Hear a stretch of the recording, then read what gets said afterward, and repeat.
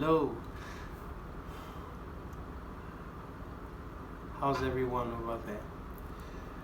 It's another episode of Disruptive Thoughts, and I want to speak on one of the three strategies the Nigerian politician uses time and time again.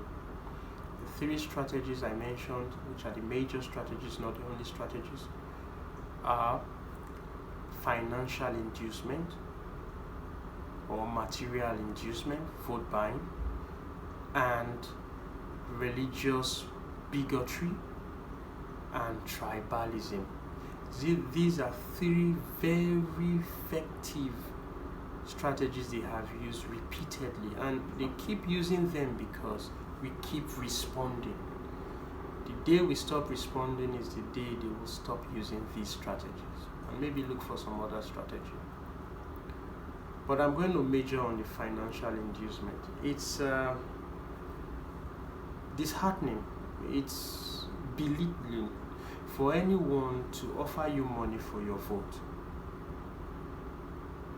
It's the highest level of insult. But as we have become accustomed to Nigerians taking salt a lot, and we laugh about it, we joke about it, but all that jesting and laughing has to stop. All these kinds of insult have to stop.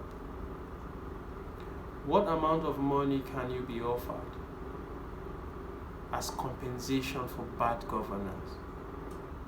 There's no price to it. Bad governance has been known to take so many lives. Look at the insecurity in Nigeria today. How did we get here? It's just the outcome of the choices that we have made over time. Here we are. Choices are powerful. They are like road junctions. You choose to turn left or right, or go forward, or go backwards. However, any direction you take is going to lead you somewhere. And where we have landed right now is not a good place. There has never been any time in the history of Nigeria that we had this much insecurity nationwide. Boko Haram is getting emboldened. Killer headsmen everywhere. Kidnapping has become a new lucrative business. And the government, I must tell you, either is involved or confused. But we did not employ people into office as a rock and all the government houses in the states to be confused. We employ them to solve problems, and most of them are not solving problems. When we elect people and give them our vote because they give us money, this is what we get. Actually, they bought their ways to power. And when they buy their ways to power, they do what they like because it's their property.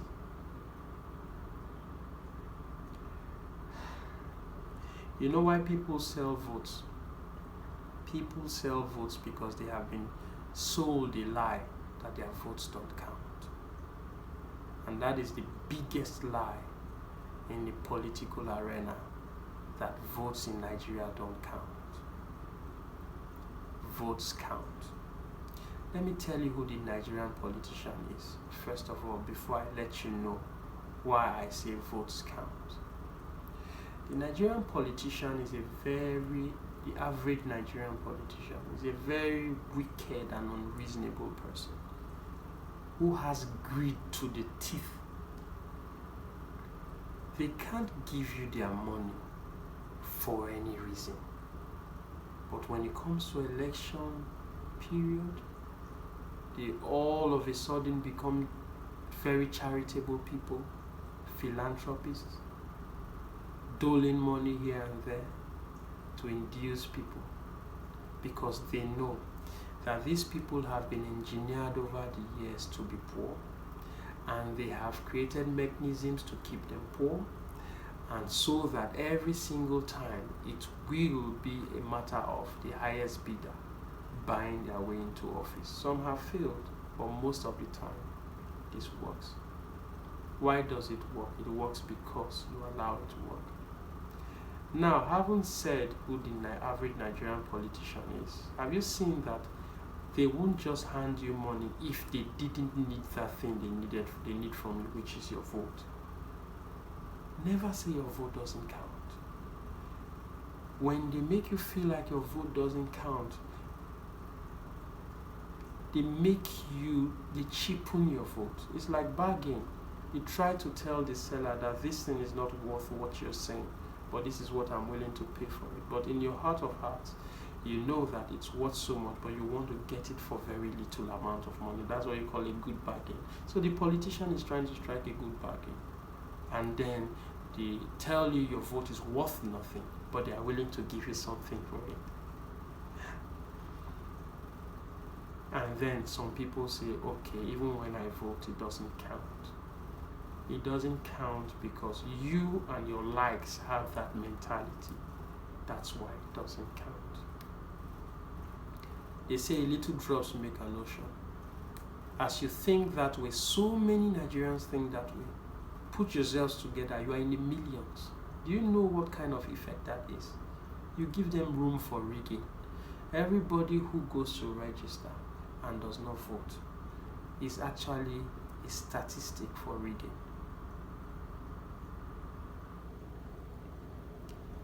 But what is the solution to this? Are we going to wait for everybody to become very enlightened all of a sudden, or very educated, or become self-aware, or become intelligent? We don't have the time, but we can coach people. Every single person who is enlightened, who is woke, who's forward thinking and right thinking, you have circles of influence. Start from your family. Families should hold debates. I can remember my father and I would hold debate and be on opposite sides, Have such things. And then lay your facts and explain. And make sure that you develop a culture in your home where people, your children, your partner, and people who are in your home do not indulge in such things. For those in the diaspora, you have been doing fantastically well, and I'm going to call upon you once more. You will need to intervene once more. You have done it before, you will need to continue doing it. The pain that you have being in America, being in Canada, being in Europe, being in Asia, being in Australia, and seeing Nigeria the way it is, being in other countries in Africa, the pain you carry in your heart, many people back home do not know. They want to come to you there, they want to go abroad, but they don't know that you can't have two homes. And if they were smart, they would know that the reason why diasporans are more interested in our politics, and even some people here, is because when you are out there, you value home. You can't have another home. America has told the Afghanistan people, we are not willing to put our sons and our daughters in the front line of battles that you are not willing to fight in. Nobody will fight your battles for you. Nobody will love your country for you, but people will help you hate your country. We've got to be smart about this. So educate your people you have influence over, people you fend for, people you are responsible for, who are of voting age. Make them go get their voters registration card, the permanent cards. Then make sure that they do not even dream of selling their votes, and make sure they do not even think of sitting at home. Make sure they get engaged. I know programs in Nigeria, when it starts, it's like the youths lose their senses. Those people who are sane and influential amongst us, please, you need to begin to work on your circles like yeast. Infest them with good knowledge, with disruptive thoughts. This is how we can water down the effect of financial inducement vote buying in Nigeria. God help us.